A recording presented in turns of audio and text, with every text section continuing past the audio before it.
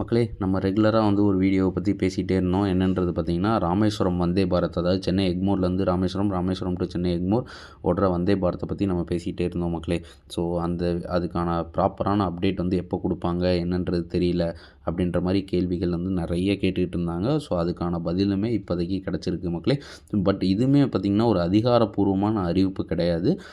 இது வந்து பார்த்திங்கன்னா மதுரையோட டிவிஷனல் மேனேஜர் இருக்காங்க பார்த்தீங்களா, ஸோ அவங்க தான் வந்து இதை வந்து சொல்லியிருக்காங்க. பட் இன்னுமே வந்து அஃபிஷியல் கன்ஃபர்மேஷன் லெட்டர் இன்னும் நம்ம கையில் வரல.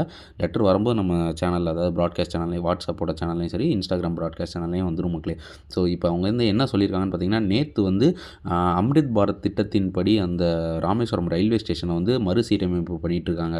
ஸோ அது வந்து பார்த்திங்கன்னா அந்த வேலை வந்து அடுத்த மாதம் வந்து முடிய போகுது சரிங்களா. மேக்ஸிமம் இந்த மந்த் எண்டு, அடுத்த மாதம் ஃபஸ்ட் வீக்லேயே முடிச்சுருவாங்க சரிங்களா.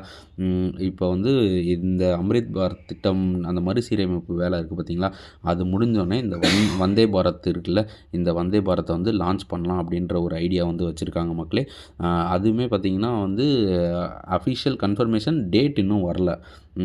பட் பார்த்திங்கன்னா அதாவது அடுத்த மாதம், அதாவது மார்ச் மாதம் இருக்குது பார்த்திங்களா, மார்ச் மாதம் முதல் வாரம் இல்லை 2வது வாரம் இல்லை 3வது வாரம், மேக்ஸிமம் 3வது வாரம் வரையும் சொல்லியிருக்காங்க.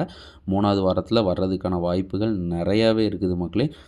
ஒரு 90லேருந்து 99% இருக்குது அப்படின்ற மாதிரி தான் சொல்லியிருக்காரு.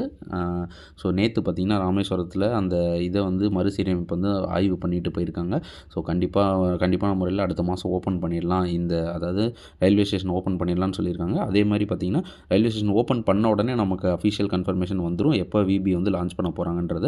ஸோ அனைவருமே பயன்படுத்திக்கோங்க மக்களே.